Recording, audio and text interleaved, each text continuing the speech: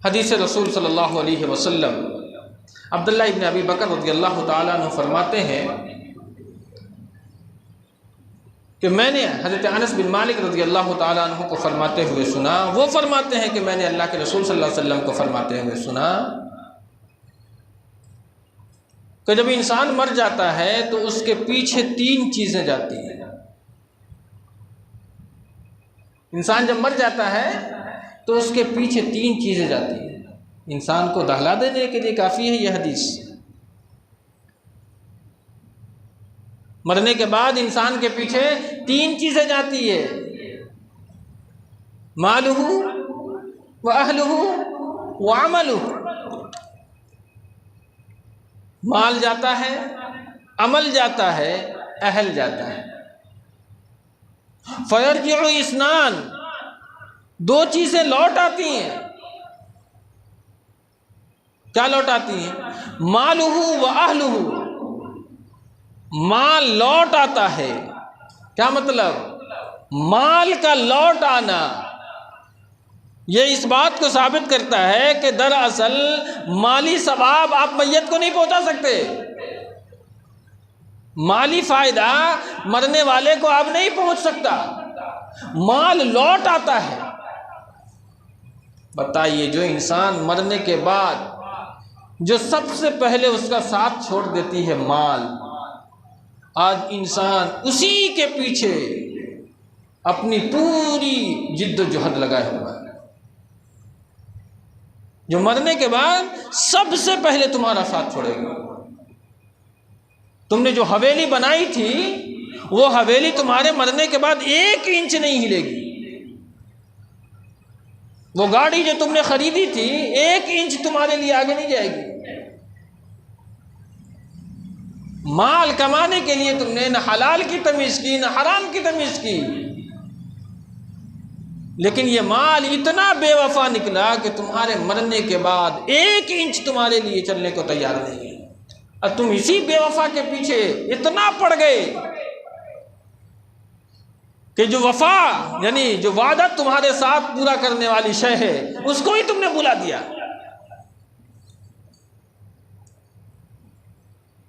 माल लौट आता है। उसके बाद वह अहलुहु, अहलु अयाल लौट आते हैं। रिश्तेदार, अजीज, अकारीब, बेटा, बाप, भाई सब लौट आता है। माल तो घर ही छोड़ देता है। अब गाड़ी कहती है हम तेरे साथ नहीं चलने वाले भाई, अब जा, जब तक तू जिंदा रहा मेरे ऊपर चढ़ता रहा, लेकिन आज तेरी सवारी ऐसी होगी जिसके पहिए इंसान होंगे। 4 पहियों पे जाओ और वो इंसानी पहिए होंगे, वो आपको कब्रिस्तान तक ले जाएंगे और मनोमन मिट्टी के अंदर में दबा करके तुम्हें चले आएंगे। जब तुम मनोमन मिट्टी में दब जाओगे और वहां से वापिस लौटोगे तो तुम्हारे कदमों की आहट उस मैयत के कान में अल्लाह रब्बुल आलमीन सुनाता है। किस लिए? ताकि तेरी हसरत के अंदर में इजाफा हो कि जिस अहलो अयाल के तूने इस तमाम चीज़ों को कुर्बान किया, ना तो नमाज की पाबंदी की, ना ही तुमने ज़कात की पाबंदी की, ना ही तुमने नवाफिल की पाबंदी की, ना ही तुमने सदक़ात की पाबंदी की।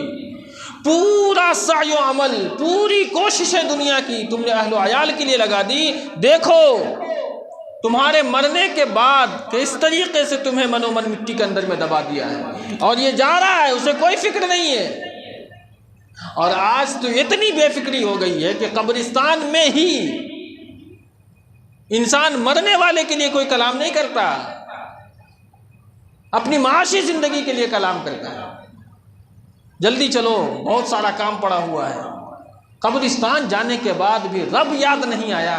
क्या तुम अल्लाह का खौफ, अपनी खशियत अपने दिलों के अंदर में बसा दी? कब्रिस्तान वो जगह जहां अल्लाह के रसूल सल्लल्लाहु अलैहि वसल्लम ने सिर्फ इसलिए तलकीन फरमाई कि तुम कब्रिस्तान जाया करो ताकि तुम्हें रब याद आएगा, इस मंजिल की तैयारी करने की तुम्हें तौफीक मिलेगी। लेकिन वहाँ भी हम अपने रब को नहीं याद कर पाते। वहाँ भी हंसी मजाक ठट्ठा मखौल तमाम शय को वहाँ अंजाम दिया जाता है। कैसी ज़िंदगी हो गई है हमारी। दुनिया की रंगीनी इतनी गालिब आ गई कि हमने आखिरत के रंग को बिल्कुल भुला दिया। हदीस देखें, मरने के बाद ये दो चीज़ें तो तुम्हें यही छोड़ देगी, माल अहलो अयाल। अब मनो मन मिट्टी में तो अहलो अयाल दफना दिया, अब तुम बगले झांक रहे हो, चारों तरफ तारीकी ही तारीकी है, अंधेरा ही अंधेरा है, कोई नजर नहीं आ रहा है, कहाँ जाएं?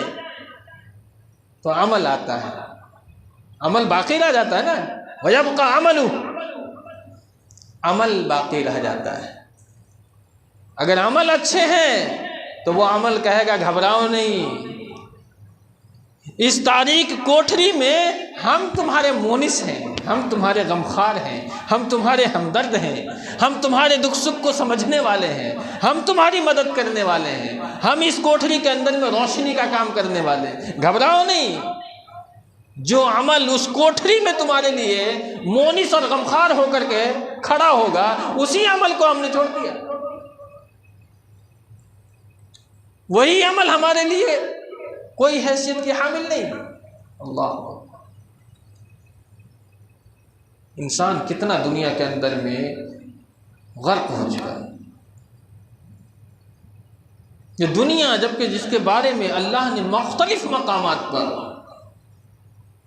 तुम्हें बतलाया है, इन्नमल हयातुद दुनिया लइबुम व लहव, दुनिया की जिंदगी सिर्फ खेल है, खिलौना है और कुछ नहीं। और इसी खेल खिलौने की जिंदगी के लिए तुमने आखिरत की जिंदगी को दांव पर लगा दिया।